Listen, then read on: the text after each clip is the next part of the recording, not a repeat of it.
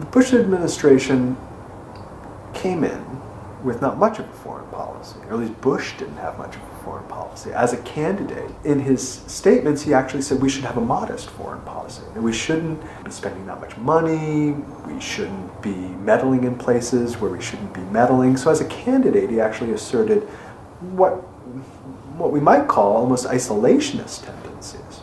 When he took office, the people he brought in were a group of people that had put forward a very different foreign policy. And they were reacting to decades of a liberal conservative consensus around essentially realism. Realism said, well, the United States has key interests around the world, and we should fashion our foreign policy around those interests.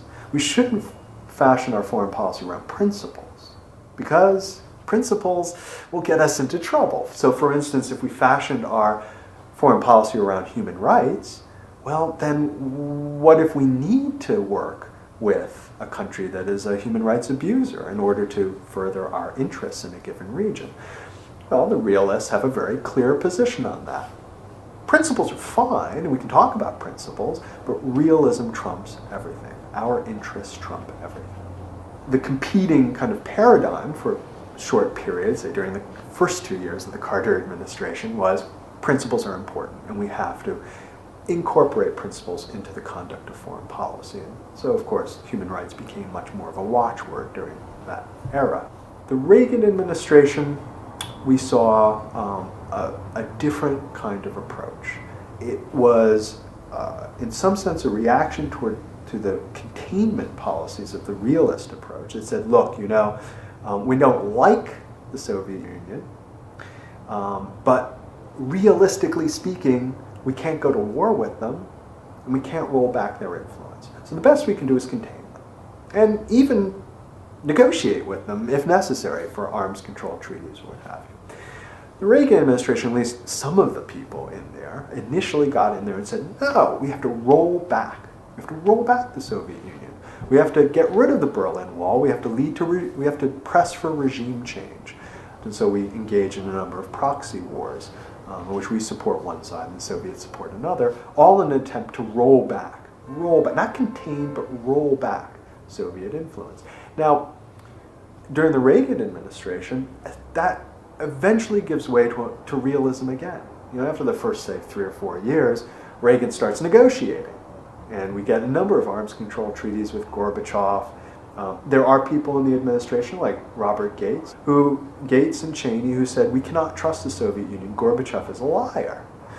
But even that, during George Bush Sr.'s administration, that becomes overcome.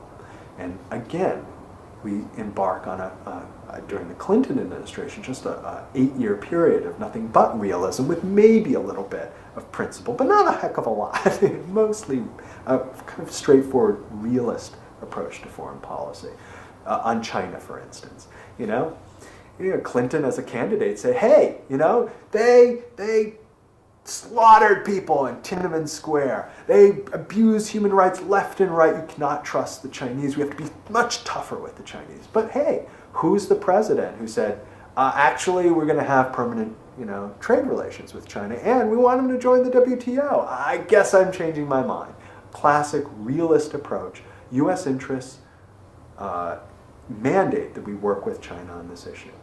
So that brings us finally to Bush.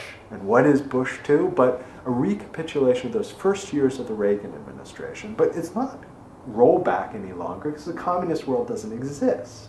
And in fact, the first 9 months, it was difficult to articulate a kind of rationale for a rollback approach, for a much more aggressive U.S. foreign policy. But after 9/11, suddenly we have an entirely new kind of opportunity.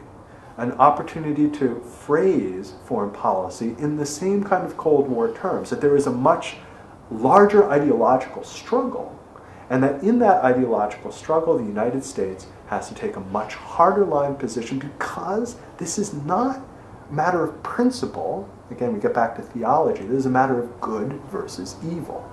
This is not a matter of U.S. interests simply.